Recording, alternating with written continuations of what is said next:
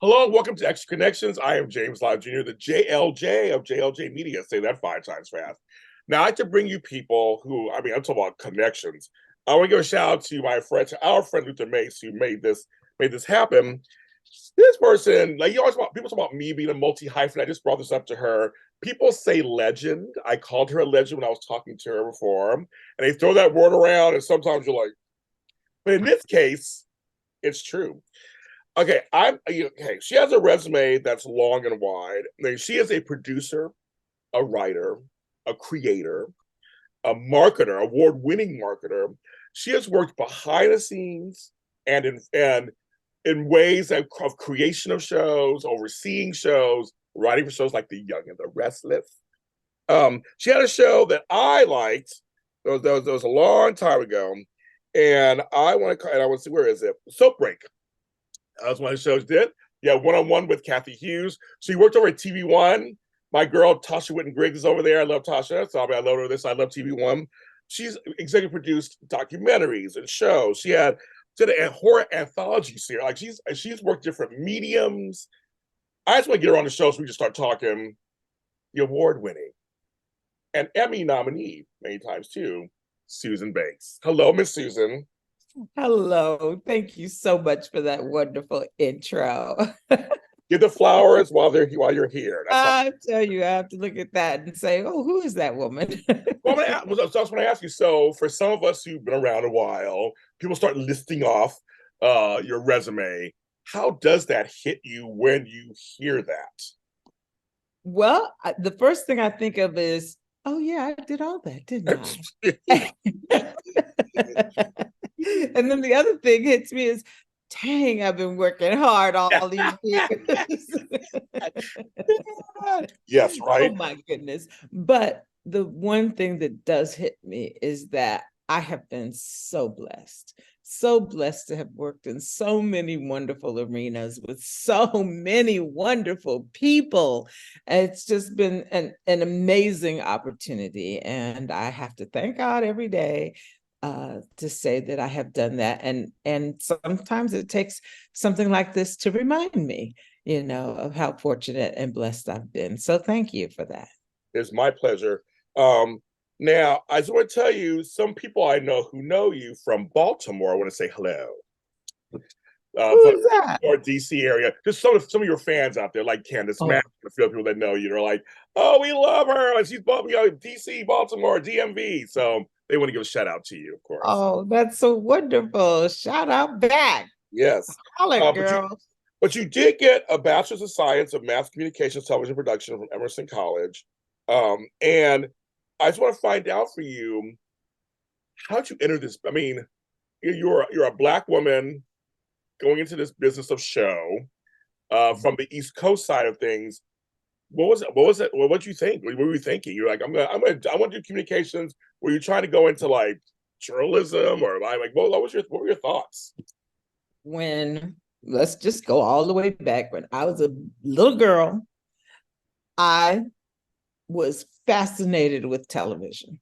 I loved the medium. I loved movies, but I was really fascinated with television. And my father was an electronics engineer, which is no small feat for a Black man in that era. No. And um, he would fix televisions for everybody in the neighborhood. We had the first color TV, and most people didn't know what to do with their TVs, didn't know how to fix them, but he knew, he understood the whole thing. And I just was always fascinated with television. So and I also thought I could be an actress one day, when I grew up. Of course, who didn't, Yes, right? I did. I went there too. I want to be an actor for a minute. Exactly. So my mother put me in acting classes, and I did all the plays at school and everything like that. And so a guidance counselor was trying to help me get into college, and what do you want to do? And I told her about my fascination. She said, you should go to Emerson. And so I applied and got in. And Emerson is where I really learned the craft, the technical end of it in terms of the nuts and bolts. And they also inspired me creatively, and they let you do a lot of things there. Okay. That, you know, you had the opportunity to produce your own shows. We put on plays all the time. You know, they gave you the opportunity to really expand your knowledge and do things like that. So I knew when I graduated that I wanted to get into television somehow, some way. And I went back, I went to school in Boston, I went back to DC, and I could not get a job in television anywhere. I had no experience, right? Other than I had this degree. And so it was very difficult to get in. I knocked on all the usual doors and I wound up getting a job at General Electric Medical Systems, which had nothing to do with television. Right. Okay. Okay. It was dead end boring, and I thought I was going to have to shoot myself Yeah. every day. Woo! But then I had one friend in LA who said, girl, you need to come to LA. I'd be crying on the phone. Oh, what am I going to do? And she said, girl, you need to come to LA. You can stay with me. Okay. So I packed up my bag and I flew to LA. I took off 2 weeks from my wonderful job and flew to LA. And at the end of 2 weeks, I called that job and told them, I am never, do you hear me, ever coming back there. So you could just wrap up all my paperwork. I'm done. Yes. I called my mother, and my mother was standing at the airport when I flew back to LA. I went home, got my things, packed my bags. My mother was at the airport and said, wait a minute, you're moving where? Cross country. I was gone. I was gone. Shipped my car, had my car shipped. I was gone. I moved to LA just like that. And, you know, I got very fortunate and got involved in different things. You know, there were so many industry opportunities, you know, and I was able to knock on doors, and I started out being a reader, you know, for the different studios where I would read scripts and synopsize them for that particular studio. I got on that list and I was like a freelancer who did that for a while. And then I got into a company called Television for All Children, where they produced television programs that were funded by the government, educational television programming. And I produced a series. I was a production assistant on a series called South by Southwest, about Blacks in the old West, you know, pioneer Black, who pioneered in the Midwest. And from there, when the government shut that project down, I started knocking on doors again and ended up at CBS Television and ended up getting in the doors there in the on-air promotion department. And I went in there answering the phones and typing up little TP, you know, talent pay authorizations and doing the stuff like that. And meanwhile, I was still interviewing for my big time job. You know, I knew I could get a much better job than that. Yes. But while I was sitting at that little desk one day, I looked around and I said, you know, if I were going to stay at a company like CBS, what job would I want to have? And there was one person in the office, in the on-air promo office, that everybody seemed to buzz around. Nothing worked unless she was there, unless she made it happen. And everybody called her for her advice. Everybody couldn't make a move without talking to her. And I said, that's the job I want. And do you know, about a week later, that girl came in and quit. She was going to ABC. Wow. And so her assistant moved up to her position, and I applied for her assistant's job. And it was right around Christmas time, and everybody took off for the holidays. And it was just her trying to run all the stuff that she would run in the department. She was production, and she was by herself. And I knew I was going to apply for the job, but I was there. And I could do my little stuff I had to do in 15 minutes if necessary. So I helped her out. I figured out what we had to do, how to make it happen, what was going on, how to, you know, book edit rooms and bring in the shows that we needed to cut from, and, you know, just how to make copies and dubs and all the stuff that production needed to do to run. And I figured it out while everybody else was on vacation. And when they came back from vacation, they were interviewing everybody. Oh, everybody wanted that job. It was a hot job, right? Everybody was interviewing from all over the building, from all outside. Meanwhile, I'm running around doing the job every day. So when they finally had to decide who got the job, how could they tell me no, right? I was doing it. I was already doing the job. So that's how I got it. And I just worked my way up from there. And Yeah. then my favorite thing was daytime. I always loved soap operas. I was a big All My Children fan. Oh yeah. Hey. Yes. I had Andy and started Jesse. watching Y&R too. I was watching Y&R too back in the old Kay Chancellor days. Oh yes. I Yes. loved all that. Kay and Jill when they were at it. Oh Oh my yeah. Yeah. And so CBS decided they were going to move the on-air promotion for daytime to the West Coast. It was at the time being done in New York. Yeah. And so they decided for whatever cost-cutting reasons, whatever, they're going to bring it to the West Coast. And I thought, ooh, this is my chance. And so I pitched.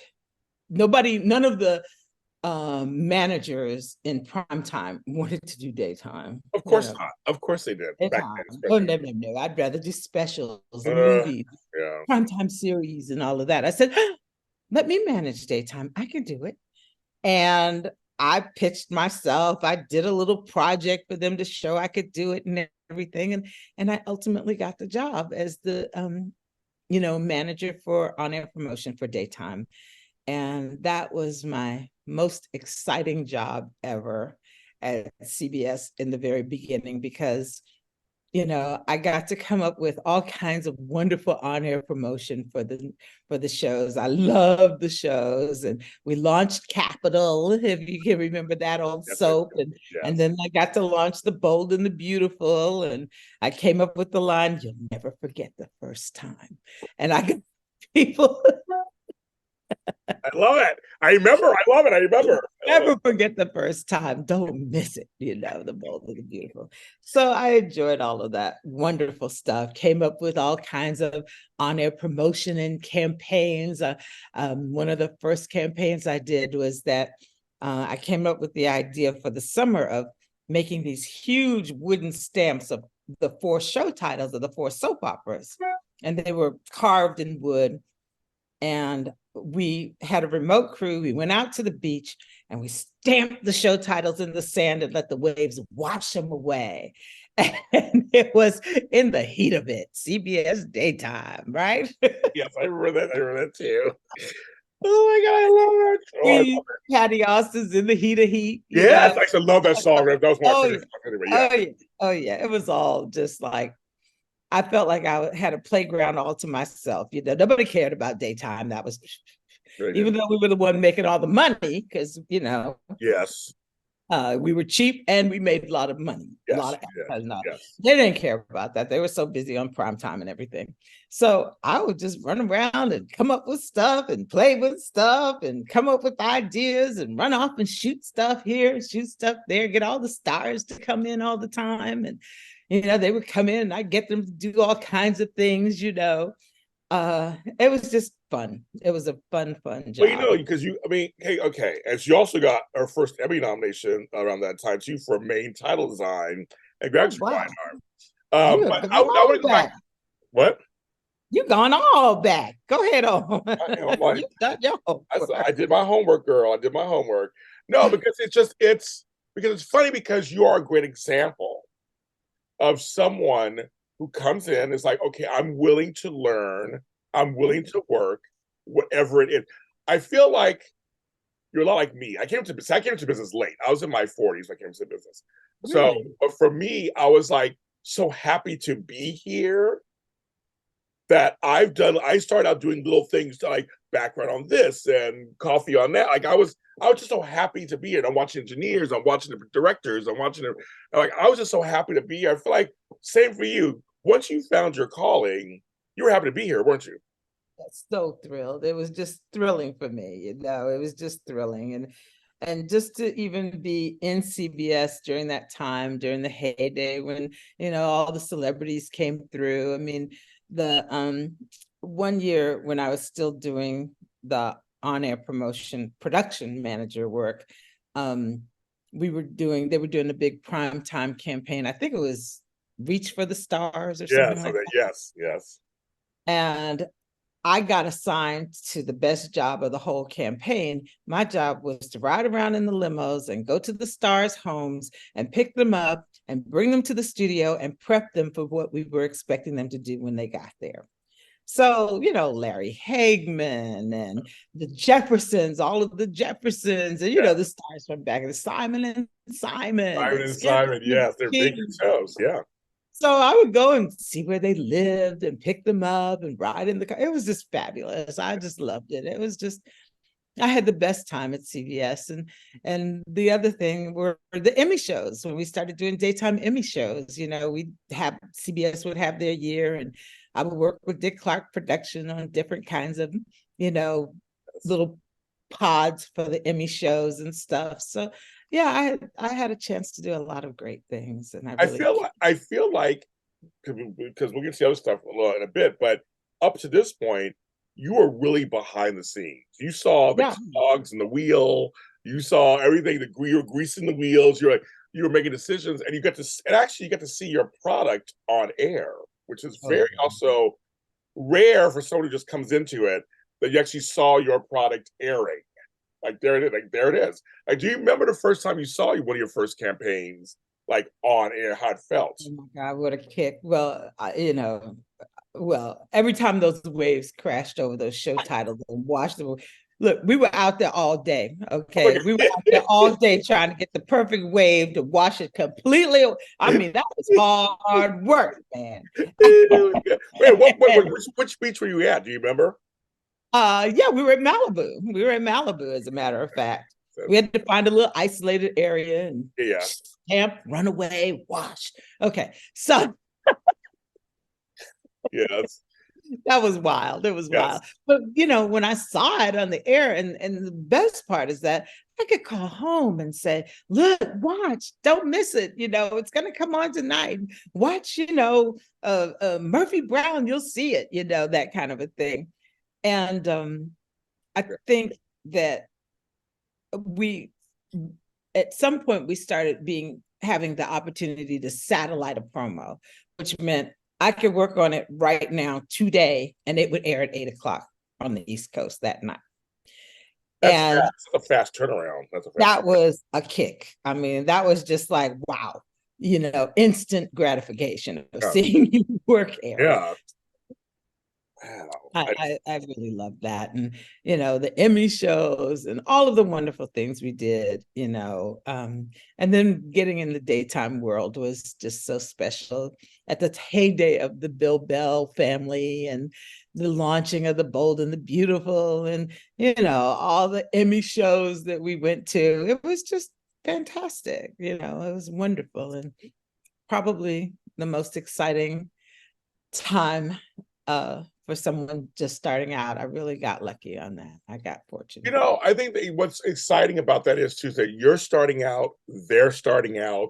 It's this kind of collaborative joint starting out. It's a great feeling. Like, it's one of those rare feelings you don't get very often. It doesn't happen like that very often. A lot of times you come onto something that's been on for a long time, or you're not really involved in the very beginning, but you got to see. I mean, I remember Bold and Beautiful was coming out. It was so weird because we're like, a new soap opera, okay. And Capitol had just ended, and I did a show on Capitol actually recently.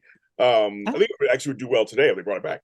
But they just it just ended, and then there's Bold and Beautiful coming out, but it's not really a spin-off of Young and the Restless, but it has that whole the Bold and the Beautiful. It matches the Young and like I remember waiting, seeing the promos and seeing this. I'm going, oh, this. And I watched the first episode. I watched it live.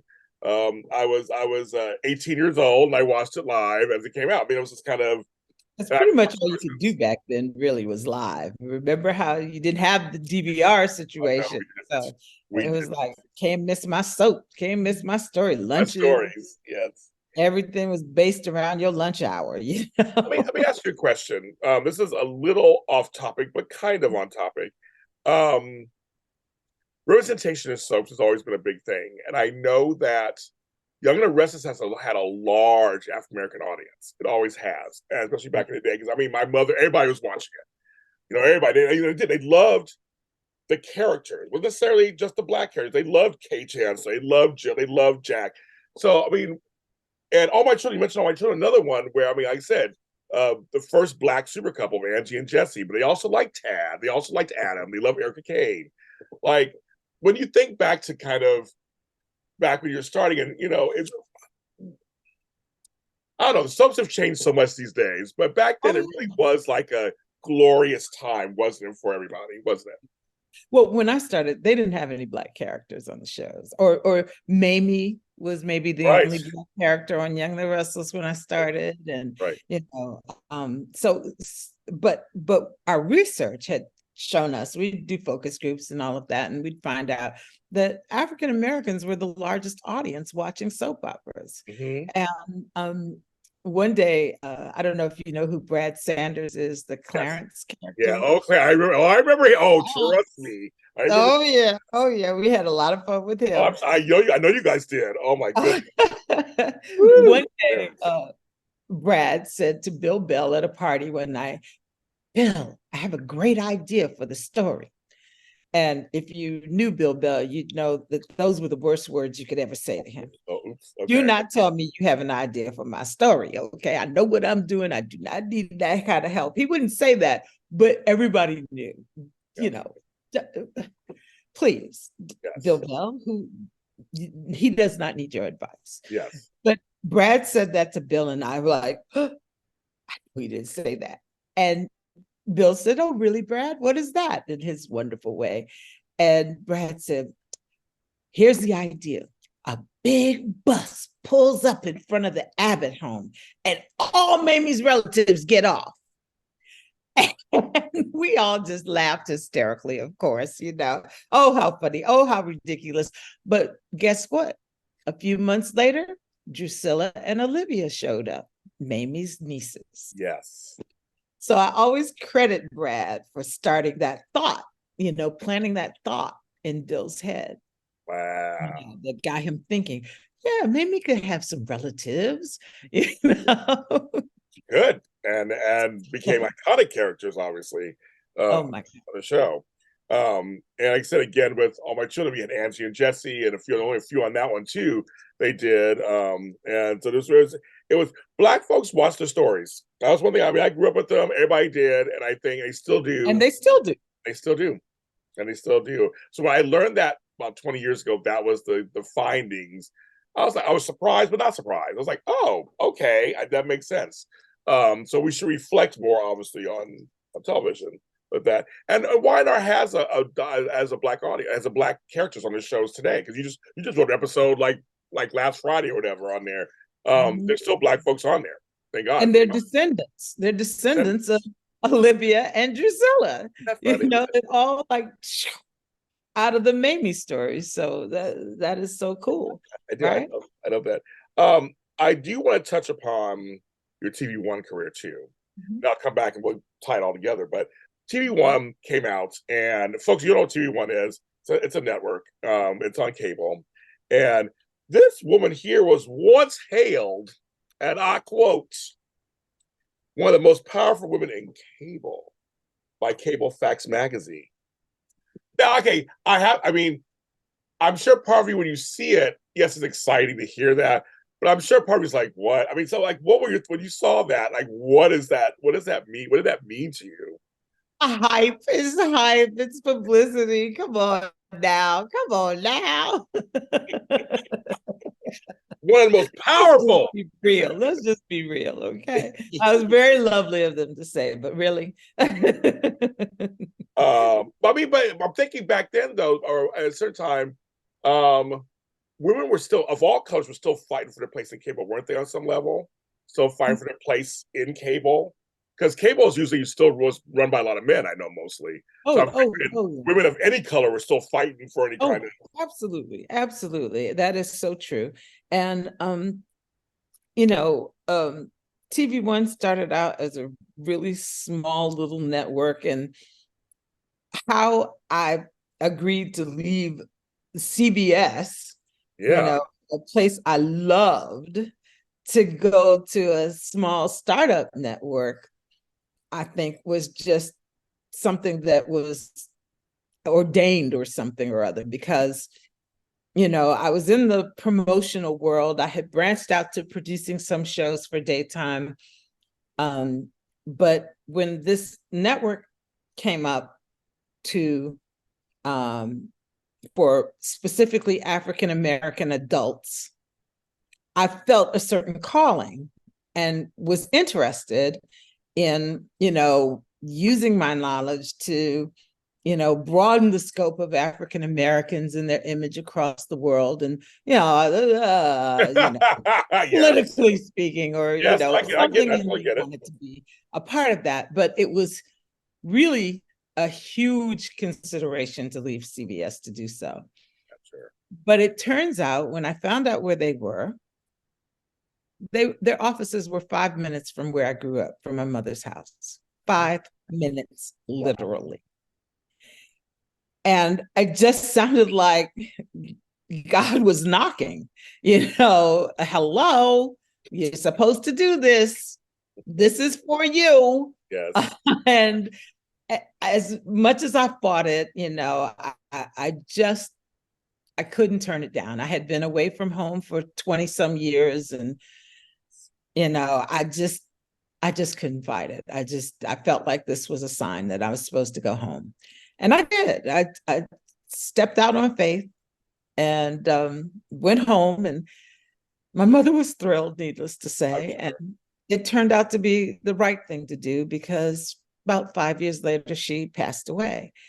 And I was so glad I was home to spend those last years with her and to be by her side, So it just seemed like that was the path I was supposed to take. And TV One turned out to be, even though I went there to launch the network from a marketing perspective, I was able to branch into producing more shows, which is something I really wanted to do. Okay. And from that, I branched into writing, which is something yes. to do. We'll get to all that. But I first want to stop and just ask you, because that is, to walk away from a job in a company that you like is way harder than a job in a company you don't like. Right. I mean, so you touched on it a little bit, but I just want to get into that for saying that I guess this is an example of, like I said, somebody they say in the Bible, our steps are preordained, and we just walk into them, right? But on the human level for you, like, really, how hard really was that decision? I mean, or did things just start to fall into place, and you're just like, this decision was being made for you? It was hard. One morning I'd wake up and say, no way am I leaving LA. The Right. sun, the ocean. Are you kidding me? It goes back to the cold. No Nobody snow. does that. Nobody does that. Yes. And I'm not leaving CBS. All of my friends, these people are family to me too here. I love them. They love me. Why would I ever leave? And then there were other mornings I'd wake up and go, but it's so cool to launch a brand new network starting from scratch. Yes. And to be able to use what I know from CBS and do something, for the African American culture, and create something new and exciting that was the real kicker. And then, of course, my mother calling to say, you are going to take that job, aren't you, Susan? So, yes, mother. Yes, mom. Yes, you are coming home, aren't you, Susan? And so the combination kind of felt like somebody, there was a bigger talking to me at the time. And it was hard. It was hard, but it actually turned out to be the best thing I could have ever done. Actually. Right. And you eventually came back to CBS later, but that's another story. But it's so great. Right. But it's great that you took a leap of faith, you followed your heart, which people should learn this, or they followed your gut. And you did it, and for so many reasons. It was a great thing to do. Oh, so many reasons. I mean, meeting Kathy Hughes, come on. She is an amazing icon to work with, a brilliant person, a brilliant businesswoman, so creative and so talented. And I learned so much from her. And then we produced the TV one-on-one shows where we interviewed every celebrity you can name. She knew them all, from Hillary Clinton to Barack Obama to Beyonce, to Jamie Foxx to Will Smith. The list was we did like 50 shows of every celebrity you can think of, practically. What was one of the things you really learned from Kathy at work? what was one of the things? I think one of the things Kathy Hughes is always amazed me with was her ability to read people. Okay, she could read. She would know who you were after 5 minutes. She would know, and she would be able to tell you exactly who you were. Who you are, who you is. Exactly, she could tell you. Yep. And I really tried to key into that instinct and see how her mind, try to figure out how her mind worked, because she doesn't get blindsided. Okay, she does not get blindsided because she knows what is going on. And she has a business savvy, you know, a very, very great savvy with business, you know, and knowledge. And so those were the things I really wanted to learn from her the most. And hopefully some of it rubbed off. That's all I can say is I hope I'm pretty sure it has. I'm pretty sure it has. But I want to talk to you about your screenwriting because at this point you've been doing production, producing, that kind of stuff. But did you ever fancy yourself a writer? Um, I don't think I ever thought that I'd be doing it full time in real life, you know. I you know, would write things on the side, or and at one point I wrote some things for Bill Bell back in the day, you know, and learned a lot from him, as a matter of fact, just trying to do little things like that with him. And but I never really thought that that would be who I was. But it was Kathy Hughes who encouraged me to write my first screenplay. Okay. Uh, we were at the time looking for horror stories because we had done research to find that Black people over-index on horror. But she wanted to create some horror stories. So I was tasked with finding writers and, you know, finding ideas and doing that. So I was, you know, searching out and researching and calling people and getting in sample scripts and getting people to write things like that. And at one point we had two really good ones. We were going to do a trilogy, and then we had two really good ones and we needed a third. And so we just couldn't seem to nail that third one down. And so I had an idea and I wrote it up for her. And she said, "Oh, I like this. Go for it." Right. I was like, "You mean write it?" She said, "Write it. You can do it." And I sat down and I came up with a script. It was my first one. And she loved it. And we produced it. And it aired. Okay. And so that's what started the whole thing. You know, she said, "You're a great writer. You need to be writing more." And Wow. hearing that from Kathy Hughes, okay, let me see what I can It do. must be true. It must be true. She says it must be true. Right? Well, at least I Right? can try. So I started writing from then on, and I wrote several movies for her, as a matter of fact. Yeah, You it's funny. I have audio dramas, and so I write them and co-write them. And I'll tell you, there's no greater high. There are a few yeah. up there. There's some highs that are there too, but can be rival. But there's no greater high than someone reading your script, saying your words in full action mode. I wept the first couple of times I've heard them get it. Like, seriously, I was like, "Oh my god, it's so good." They're like, "Are you upset?" No, it's really good. I just like, I mean, it's good. Just to hear someone take what you put on paper, bring it to life. And writing isn't easy, folks. It's not just I mean, everybody can try it, but I'm just saying. But to have good writing, it's a little harder than that too. I know it can be subjective sometimes, but Yes, still, to have someone read your words, there's nothing like it. okay, let me ask you this. Please. When you're writing, you obviously see the whole thing in your head, right? Yes. But when it actually is done by somebody else, it's a completely different animal. Yes. And that was what was so amazing to me, because I had every single image in my head of how I thought it would go. But between the actors and the location and the direction and the settings and the emphasis that the actors put on certain things, and you know, it all suddenly that picture and that picture were completely different in my head. You know, it's so interesting to me. I love that. But writing on Y&R is completely different because You know those characters. You know all those people. You know the sets. You know the settings. The only thing you don't know when you're writing is what are they going to be wearing. Okay. Right, makes sense. Yeah, That's the only thing you really don't know. right, right. Of course, they bring things to it that you didn't know, didn't expect. Of course, of Things course. change in the production and all of Yeah. that, which is all, expected. But it's not as dramatic a change in how you saw it in your head when you wrote it, as it is when you write something completely new. Because that makes sense. Because so if you're writing for Phyllis or you're writing for Jack or you're writing for Kyle, yes. you already know what they're doing. So Right. it's like you're writing to that. You're actually probably more focused on story. You're actually more focused on just getting the story to the next thing. But they'll they'll handle it. They'll take care of what's going on, and yeah, that makes sense. Yeah, when you write and produce, it's completely different thing. If I'm a producer and I've written the script and I'm producing the show, it's so completely different an experience than just writing it and handing it off. I kind of like it actually.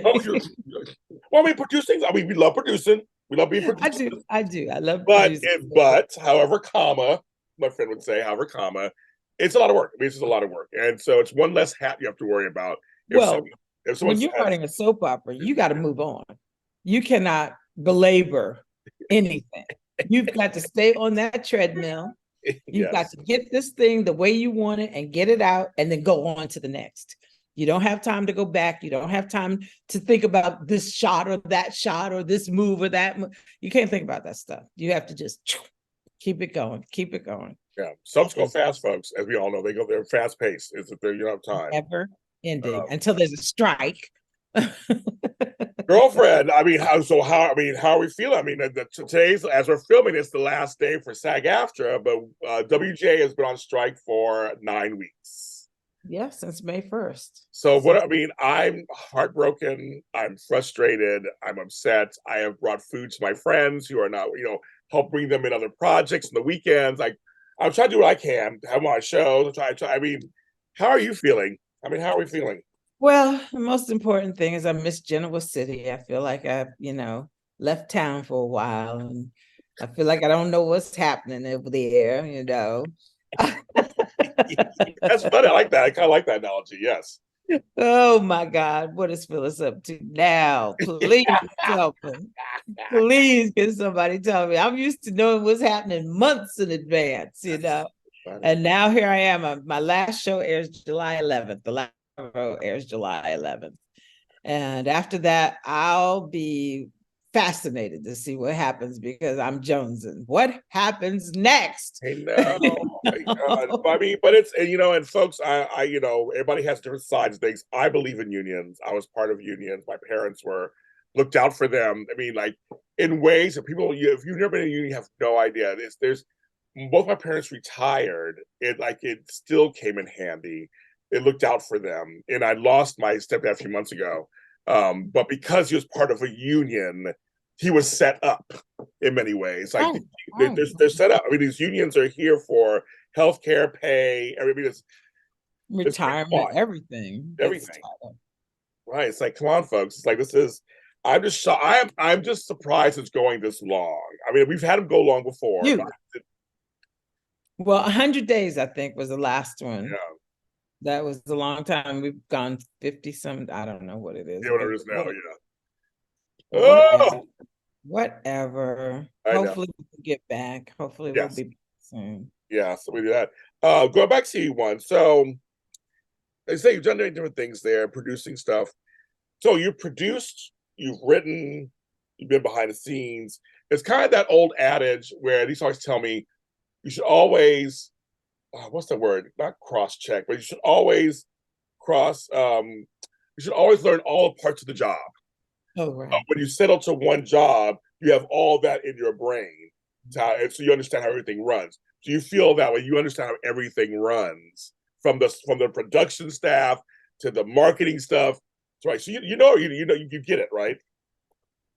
I do. And it's funny you should say that. I hadn't thought of it quite that way, but you're right. You're right.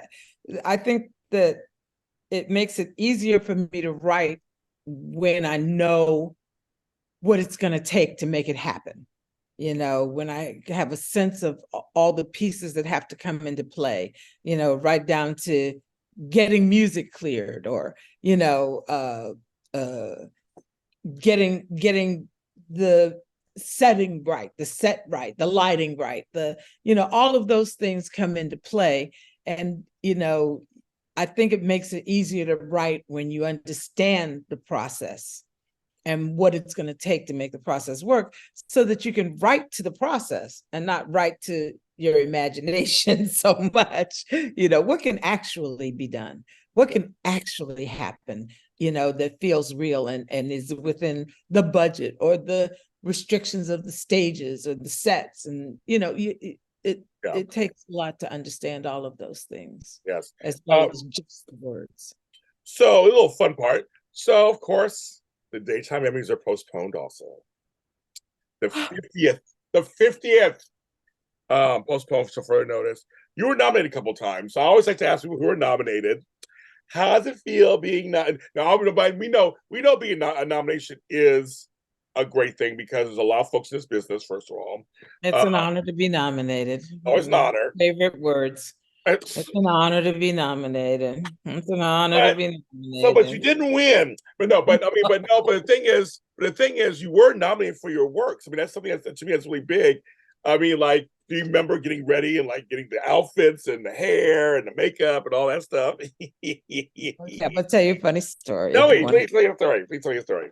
The first time I was nominated for an Emmy, as you brought up, was for the main titles. We produced the main titles for The Young and the Restless one year. And they got nominated for an Emmy. We were so excited. My partner. And so my partner, Harry Hall, and I were just so excited. And the main title Emmys were given out at the Technical Awards. Right. So that's not aired, right? No. But nevertheless, we were very excited, and we got all dressed up, and we were all excited about the Technical Emmys. We might win an Emmy tonight. And you're sitting at a table with all of, I think there were a lot of Y&R people, our soap friends were sitting around us. And our award came up first. It was the very first award they gave out that night. And we lost to Hey Vern, It's Ernest. Hey Vern, It's Ernest. We lost. We sat there the whole night while all our friends got their Emmys, walked around all night. Some people with two-fisted Emmys, okay? And we had to sit there smiling. Congratulations. Oh, you must feel so proud. Oh, I'm so happy for you. My partner and I looked at each other like, oh my God, get us out of here. It was the most grueling night of my life. Oh my God, that is hilarious. That's hilarious. Daisy, was grueling. That's all I can say. It was grueling. I have a question for you from Candace Mack, who is part of Soap Party 411. She's a Baltimore native. Oh, I didn't know she was from Baltimore. Yeah, she told me to tell you hi. Her question is what kind of, I actually talked about it earlier. Okay. I'll ask a second. I said, you can give me one question, give me two. Folks. The second question is, what advice would you give future soap writers / producers? The genre has changed a lot since we've all started in it. It's morphing and changing, and now with Days of Our Lives being on Peacock, a streaming service stuff, do you have any advice that you would offer? Anything like that?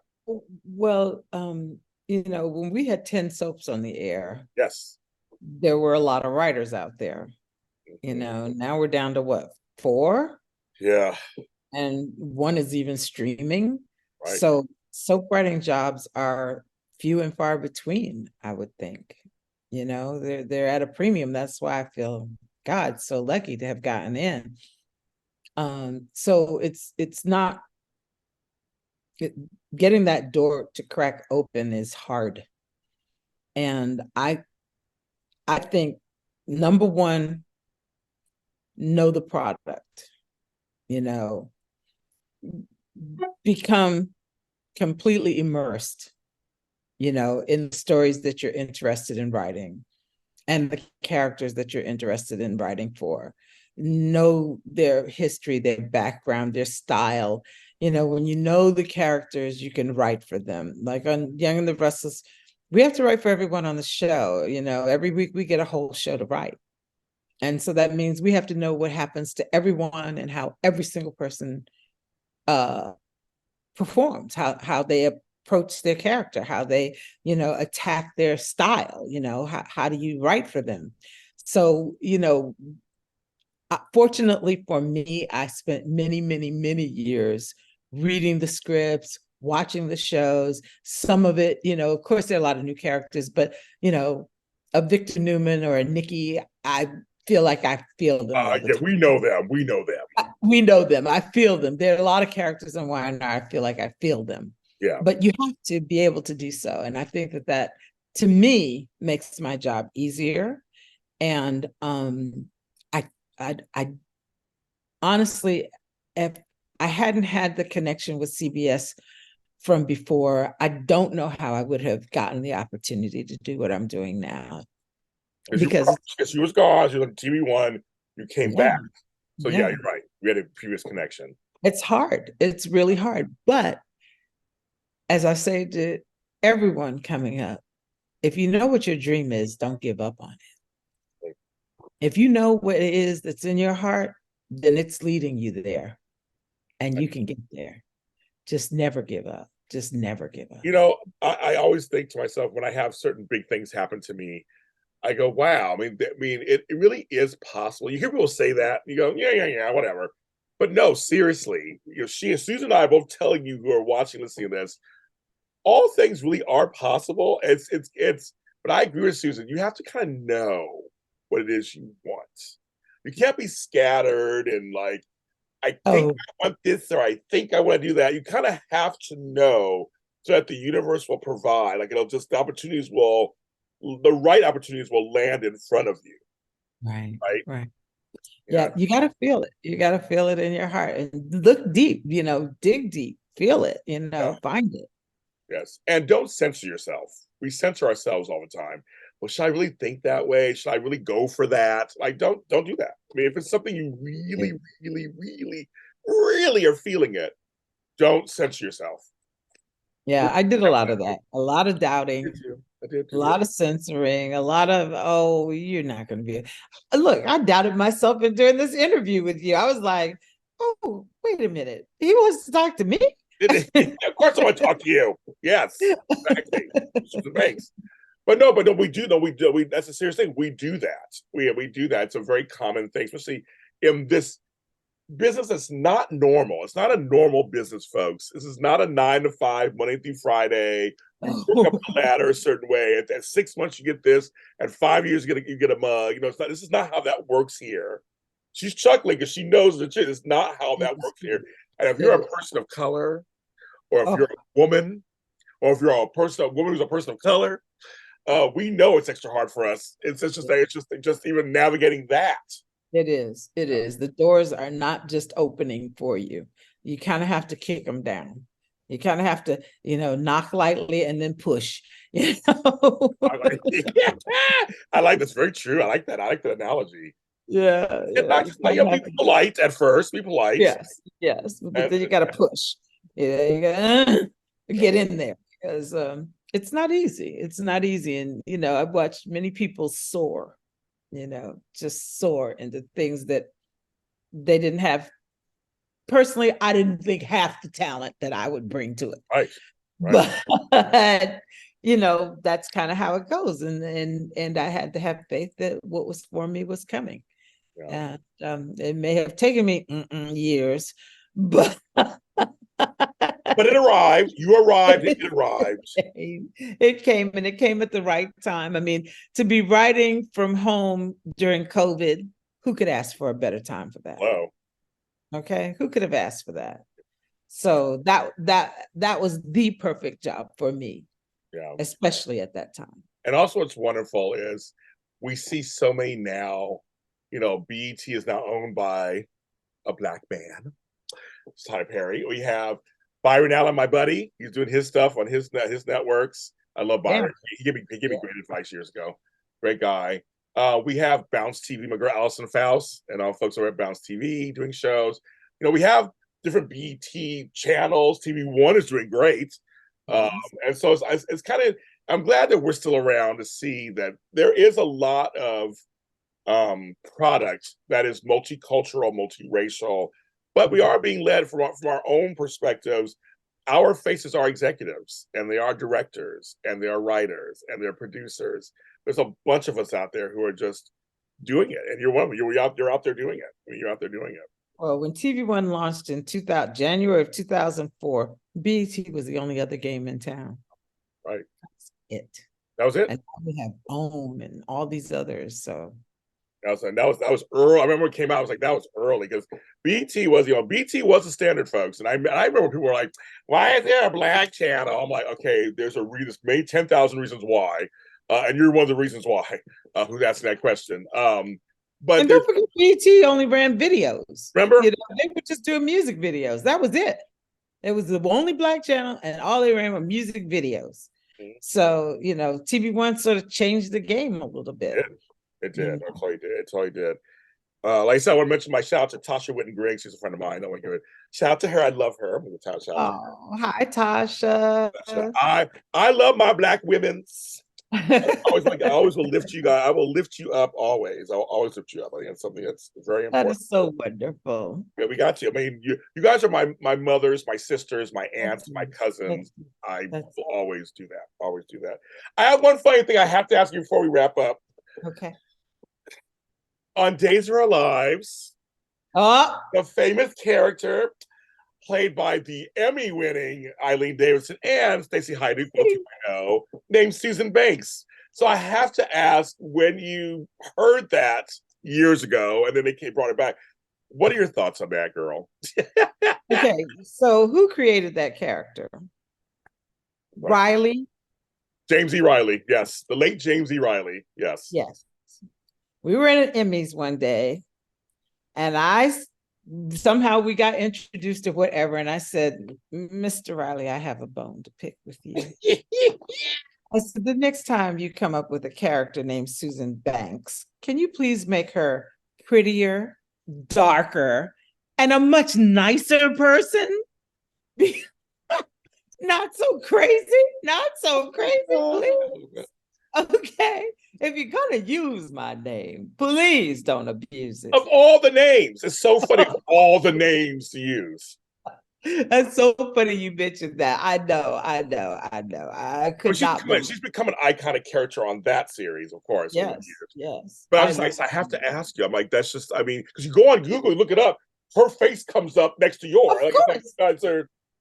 Yeah, she's a far more famous Susan Banks. That's for sure.